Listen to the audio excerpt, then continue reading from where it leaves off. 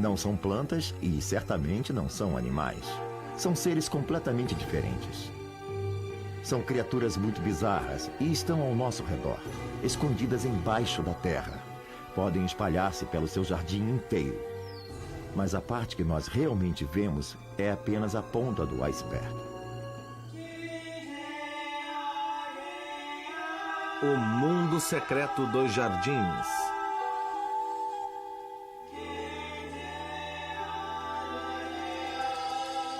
Fungos.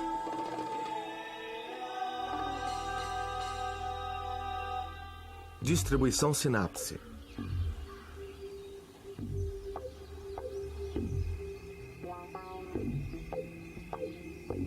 Os fungos são um grupo interessante de organismos. As pessoas costumam pensar que são plantas, mas na realidade eles não são. Eles possuem seu próprio reino, o reino dos fungos, e o que os distingue totalmente das plantas é que eles não possuem clorofila. Isso significa que fungos não são capazes de fazer o que as plantas fazem, captar e produzir a própria energia a partir da luz do sol. Ao invés disso, eles têm que fazer como fazem os animais, capturar essa energia de algum outro ser. Eles possuem algumas estruturas que os fazem parecer com as plantas. Costumam ser associados ao solo e crescem na terra ou em árvores, assim como elas. E é claro, eles possuem partes que se parecem com raízes nascidas da base do corpo frutífero, o cogumelo. Mas na verdade não são raízes. Não há equivalência entre o talo de um cogumelo e o tronco de uma árvore. Os fungos podem ser organismos imensos que podem se espalhar por muitos lugares, vivendo sob o solo. E a parte que nós vemos, o cogumelo, é só uma minúscula parte dessa enorme criatura. Muitos desses fungos vão se estender pelo solo numa rede de células microscópicas em forma de filamentos chamadas hifas. São essas células que absorvem os nutrientes do solo. Então, quando é a época da reprodução, como um grande arbusto produz algumas pequenas flores para distribuir o pólen, esta enorme estrutura de fungos enterrados para disseminar seus esporos gera umas pequenas estruturas temporárias chamadas cogumelos. Um dos grandes charmes de um jardim na primavera é aquele cheiro penetrante de terra que é exalado. Muitos desses odores são resultado da decomposição de matéria orgânica pelos fungos. Quando você olha para o solo, ele parece imaculado, mas na verdade está repleto de fungos. Muito disso não pode ser visto sem o auxílio de um microscópio ou algum outro aparelho, mas é essa atividade dos fungos que é responsável por grande parte da produtividade do jardim durante o resto da estação.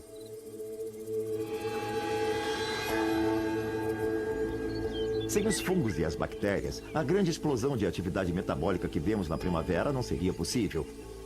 Porque são esses organismos microscópicos espalhados por todo o seu jardim que fazem o trabalho de decompor a matéria orgânica morta e levar de volta os nutrientes para o solo. Os fungos são cruciais para os ecossistemas e especialmente cruciais nos jardins, porque com a morte de plantas e animais, a matéria morta se acumularia e os nutrientes não estariam disponíveis para ninguém se não fossem os fungos. Além do mais, quem quer todos esses cadáveres espalhados?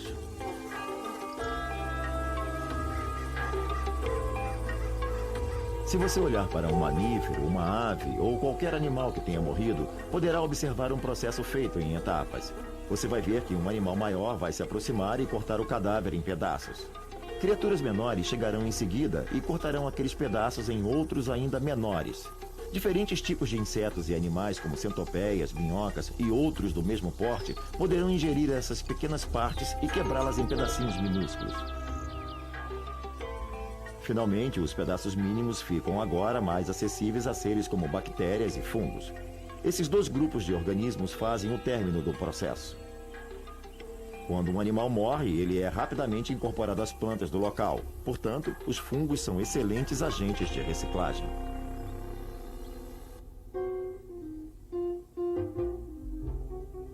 As plantas são a fonte final de energia para os fungos. Em outras palavras, as plantas coletam a energia do sol e criam moléculas orgânicas, usando o dióxido de carbono do ar. Quando o sol começa a se pôr, claro que o processo de fotossíntese se interrompe. Os fungos, diferentemente das plantas, não precisam da luz do sol como fonte de energia. Eles absorvem toda a energia de que precisam, digerindo matéria orgânica, o que significa que a noite é tão boa quanto qualquer outra hora para os fungos fazerem o que têm que fazer.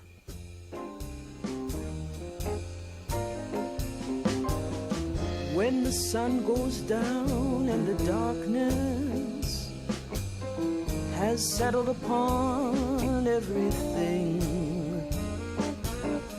that's when I think of the loving you bring.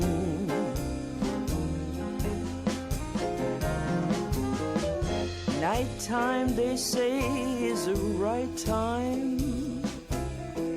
I say I surely agree. So send all your passionate kisses to me.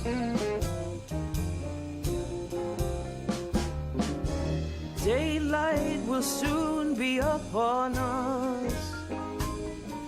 Let's not let this night fade away.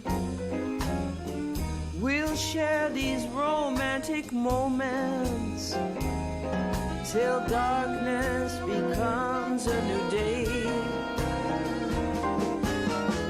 The moonlight is soft and inviting. It fits like a silvery glove.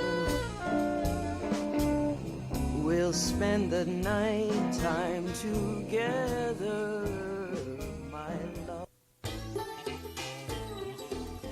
Até gramados, que não apresentam exatamente grande diversidade, podem conter algumas espécies diferentes de fungos. A matéria orgânica sob a relva é um lugar importante para os fungos crescerem, e você poderá ver corpos brotando pela superfície do seu gramado. Um fungo que é comumente encontrado em gramados é chamado de tampões. São tipos de cogumelos absolutamente deliciosos, desde que você os colha e os cozinhe imediatamente enquanto estão frescos. Se por acaso tentar estocá-los, vão se transformar numa massa preta viscosa. Eles são realmente deliciosos e crescem comumente no seu gramado.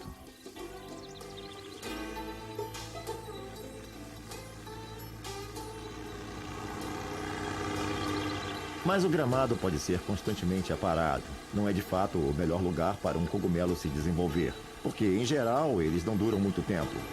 Mas eles têm vida bem curta na superfície. Se eles tiverem tempo para produzir esporos entre uma parada e outra, o trabalho já foi feito. A olho nu, os esporos se parecem com uma poeira fina, mas são estruturas bem delineadas que contêm o material genético que os fungos necessitam disseminar a fim de se reproduzir. Existem muitas estratégias diferentes para a emissão de esporos. Por exemplo, as bolas cheias possuem todo o material dentro dessa forma grande, branca, esférica e dilatada, que pode crescer até o tamanho de uma bola de basquete. Quando a bola cheia amadurece, basta apenas algum tipo de contato, que pode ser a pisadela de um animal, por exemplo, que uma profusão de esporos é lançada e eles ficam livres aos milhões. Os fungos estrelas são tipos de cogumelos que possuem uma forma meio estranha de liberar os seus esporos. Eles possuem pequenos furos no topo e, se alguma coisa cair neles, mesmo que seja uma gota d'água, emitem uma pequena lufada que lembra uma fumaça saindo de uma chaminé.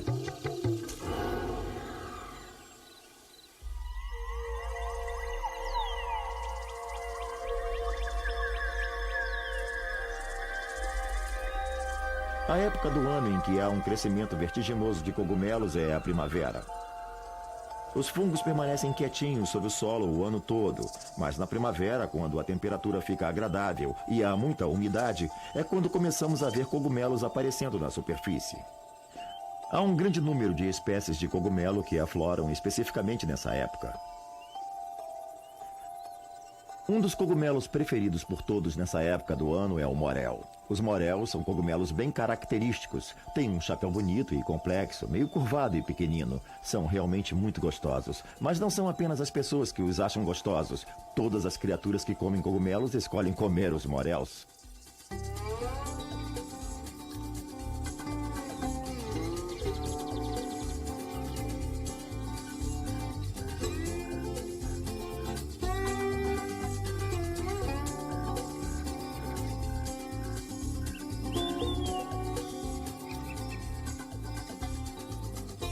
A condição climática de que os cogumelos gostam, frio e umidade, são também ideais para lesmas e caracóis. E, em geral, você vai encontrar lesmas se refestelando numa refeição de cogumelos. Antes os cogumelos que as flores do seu jardim. Mas elas não comem apenas os moréus. Qualquer cogumelo que não seja altamente tóxico será um chamariz para as criaturas que estejam atrás de um lanche rápido. E há uma grande chance de você encontrar um elenco variado se deleitando com qualquer cogumelo disponível. Somente algumas criaturas se especializaram neles, especialmente insetos que possuem ciclo de vida curto e que são bem pequenos. Em resumo, o fato de os cogumelos serem razoavelmente efêmeros, de não durarem muito, é uma verdade, pois eles possuem ciclos muito rápidos. Algumas mosquinhas e mosquitos de fungo podem ser capazes de se alimentar deles mesmo assim. Além de comê-los, o mosquito de fungo também desova em cogumelos, geralmente nas brânquias, em que existem muitas ranhuras e fissuras, onde um ovo pode ficar escondido. E um cogumelo pequeno pode ficar coberto por centenas e centenas de ovos.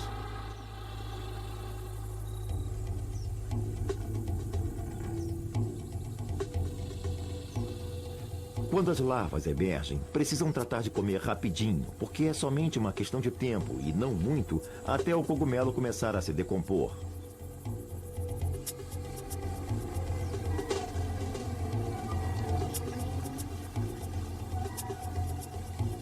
Quando então, muitas dessas larvas deixam o cogumelo e entram em alguma cavidade do solo para encontrar por ali um lugar seguro para virar pulpa e adulto.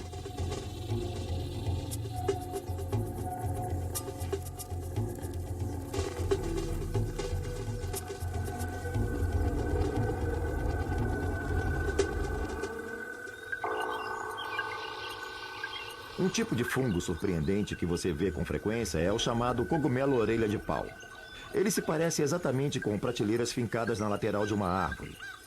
Esses fungos ficam digerindo a celulose que constitui a árvore, o que é bastante conveniente para muitos insetos que são incapazes de digerir a celulose, mas que querem aproveitar depois que os fungos já transformaram a celulose em açúcares mais simples. Os cogumelos orelha de pau são longevos. Podem viver por anos, o que os torna uma espécie de centro de recursos, atraindo comunidades completas de criaturas. Haverá criaturas comendo diretamente os fungos, haverá criaturas que somente os usarão como moradia, se refugiando do clima e etc. Além disso, como os fungos estragam o material da árvore, aparecerá todo tipo de coisas, como insetos que vão comer um ou outro pequeno fungo crescido e restos de caules que, por acaso, encontrem. Um ecossistema em miniatura pode crescer ao redor dos cogumelos orelha de pau. Todas essas criaturas participando do grande ciclo de decomposição, contribuindo para o fluxo constante de nutrientes que mantém o seu jardim vivo. Os fungos possuem muitas qualidades, mas também às vezes podem nos causar bastante problemas quando eles atuam como parasitas. Os fungos podem ser parasitas de pessoas. Qualquer pessoa que tenha tido pé de atleta sabe disso. Mas é importante que jardineiros saibam que existem alguns tipos de doenças que são causadas pelos fungos.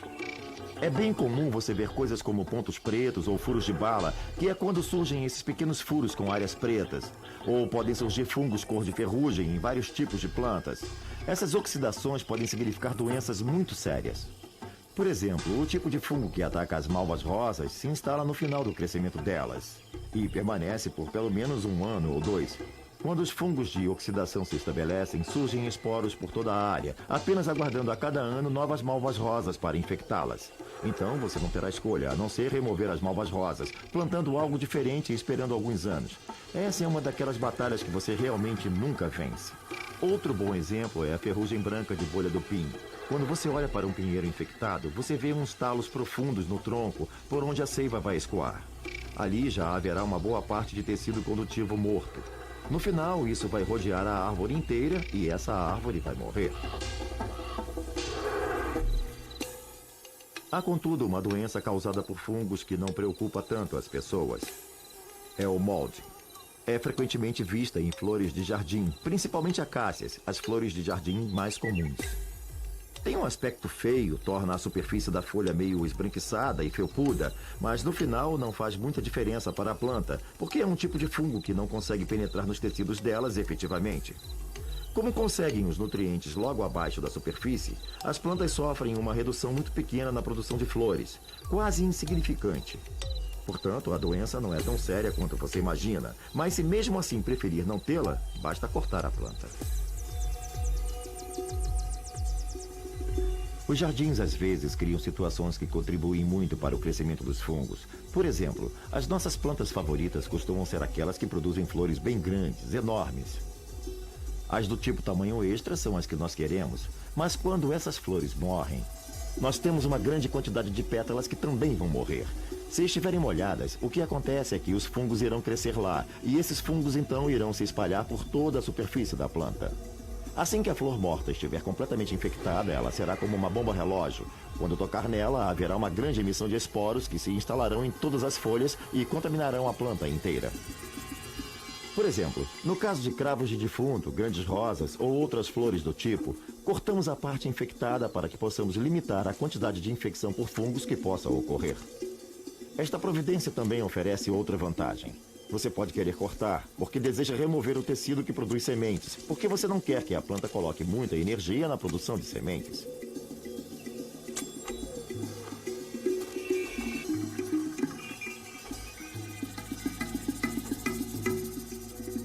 Às vezes pode ser mais fácil fungos atacarem as plantas se tiverem a ajuda de alguma outra criatura.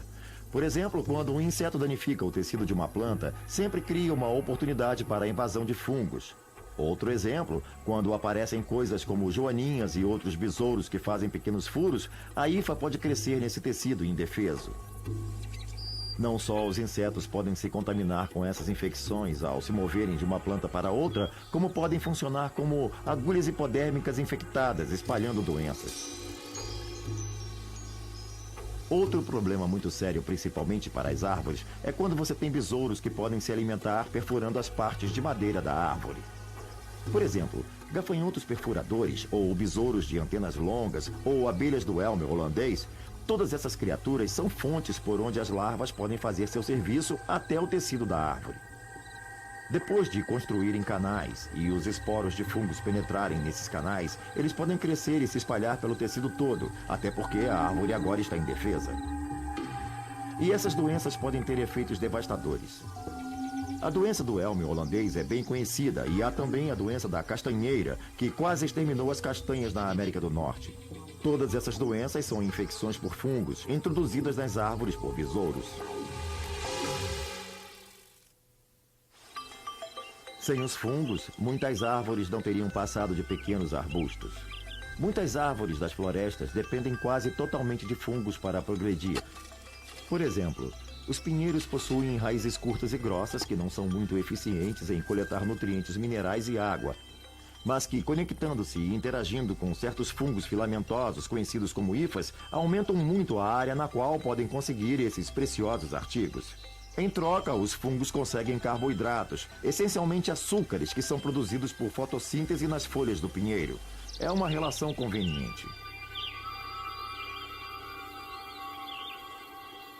Existe um grupo de plantas que não só se beneficia da relação com os fungos, como é completamente dependente dela. São as orquídeas. As orquídeas, na verdade, produzem sementes que, sem a ajuda dos fungos, não teriam condições de sobreviver. A maioria das sementes de outras plantas, quando espalhadas, tem o seu volume muito aumentado, pois armazenam os nutrientes que vão utilizar desde o início de suas vidas até crescerem o suficiente para fazerem surgir algumas folhas, as raízes e começarem a se sustentar. Mas com as sementes das orquídeas, isso é diferente. As sementes das orquídeas são miudinhas, quase como pó, porque não tem nutriente armazenado. Sem um fungo agarrado às suas raízes, elas não seriam capazes de formar uma muda. Há um meio de se cultivarem orquídeas a partir de sementes, mas não é exatamente fácil. Você precisa de alguma forma repor esse fungo para que as orquídeas possam crescer com um nutriente especial que é a mistura certa de componentes. Além disso, muitos outros organismos se desenvolverão felizes no mesmo ambiente que elas. E você deve fazer de tudo para evitar contaminação. Você deve ter um meio que seja esterilizado, onde não haja bactéria ou coisas do tipo. As caixas e tudo mais têm que ser estéreis. Você tem que se assegurar de que as sementes e suas cascas estejam esterilizadas. Este é um processo difícil que consome tempo e às vezes é frustrante. Parece que dá mesmo muito trabalho fazer com que a semente sobreviva, enquanto que na natureza as orquídeas crescem sem problemas.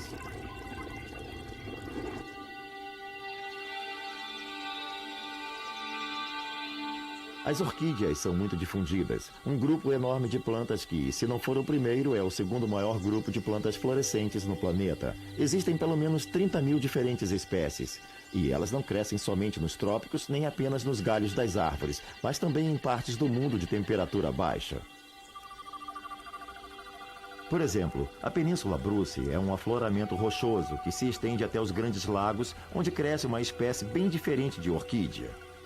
Elas são plantas muito bonitas, mas você não conseguirá transplantá-las com sucesso para o seu jardim, porque o seu jardim não terá os fungos dos quais elas dependem, e elas não podem ser plantadas em estufas, como você faria com uma planta tropical, porque elas precisam do inverno. Elas esperam congelar todos os anos, portanto, se você quiser ver e apreciar essas plantas, terá que vê-las em ambientes selvagens, onde elas coexistem com os fungos. Quando o outono chega ao seu jardim, é a hora da mais espetacular difusão e proliferação dos cogumelos de toda a estação de crescimento. Existem algumas razões para isso. Uma é que os fungos tiveram todo o verão para crescer. Eles acumularam todos os recursos e agora eles podem iniciar uma produção maior de corpos frutíferos. Mas no outono, o solo ainda mantém o calor. As temperaturas estão amenas o suficiente para um bom desenvolvimento, mas não tão quentes a ponto de secarem as superfícies. Portanto, é uma boa época para a colheita de cogumelos. Se você tiver tido bastante umidade e um outono ameno, o solo estará literalmente coberto por cogumelos. Pode ser uma surpresa agradável num jardim de outono, quando tudo está morrendo, encontrar alguma coisa crescendo tão vigorosamente e saber que sob o solo, isso está ajudando a prepará-lo para as plantas do próximo ano. É sempre um prazer encontrar fungos que são, no mínimo, tão interessantes quanto qualquer outro componente do seu jardim. Eles surgem em feitios e tamanhos inimaginavelmente bonitos e complexos. Eles causam um profundo efeito no mundo que nos cerca e são absolutamente fascinantes.